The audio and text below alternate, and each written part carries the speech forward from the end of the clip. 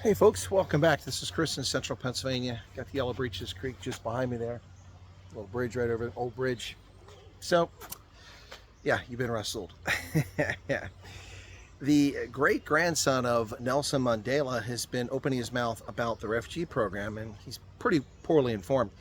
Mayubeye Sizwe Mandela, the great grandson of Nelson Mandela, has called for the South African government to take legal action against the 59 Afrikaners, which weren't 59 Afrikaners, the 59 South African citizens, including a colored couple, who relocated to the United States, saying that they falsely claimed refugee status while fabricating a narrative of white genocide.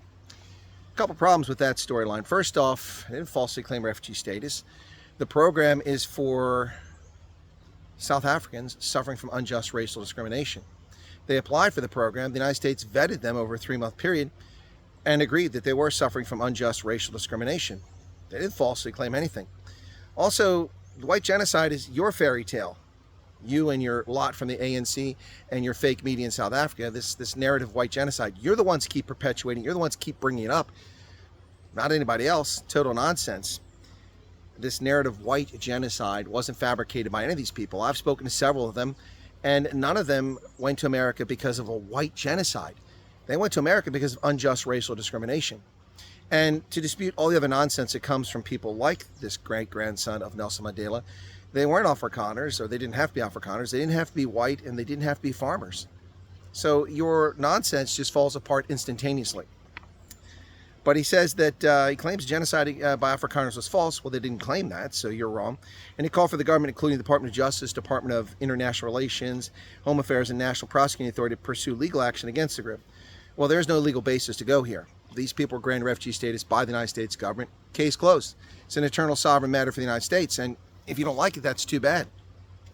He said their actions constitute offenses under South Africa's Immigration Act. Nope. The Films and Publications Act. Nope.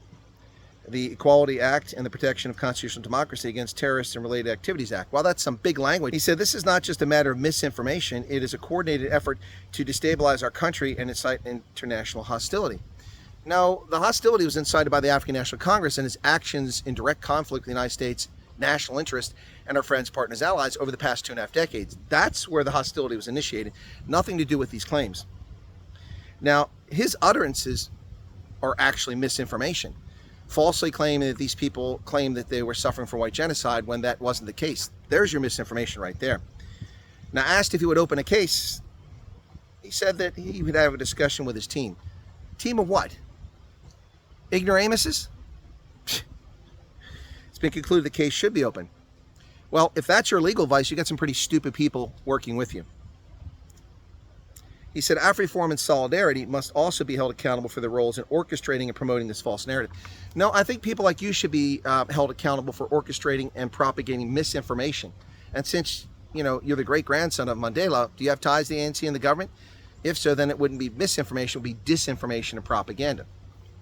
He accused the two organizations of inciting racial division. Racial division! You must be talking about the African National Congress and its 100-plus racist laws and its complete tone deafness for the suffering of racial minorities in South Africa. That's who's inciting racial division, defaming South Africa's constitution. No one said anything bad about South Africa's constitution. It's the most liberal constitution in the world, and you're abusing it. He said that the two organizations were inciting racial division, defaming South Africa's constitutional democracy, and betraying the principles that generations of South Africans have fought to uphold. None of those are crimes. That's just a fantasy of imagination. See, this is what happens when stupid people engage in politics or engage in social discourse that they know nothing about. Refugee status is U.S.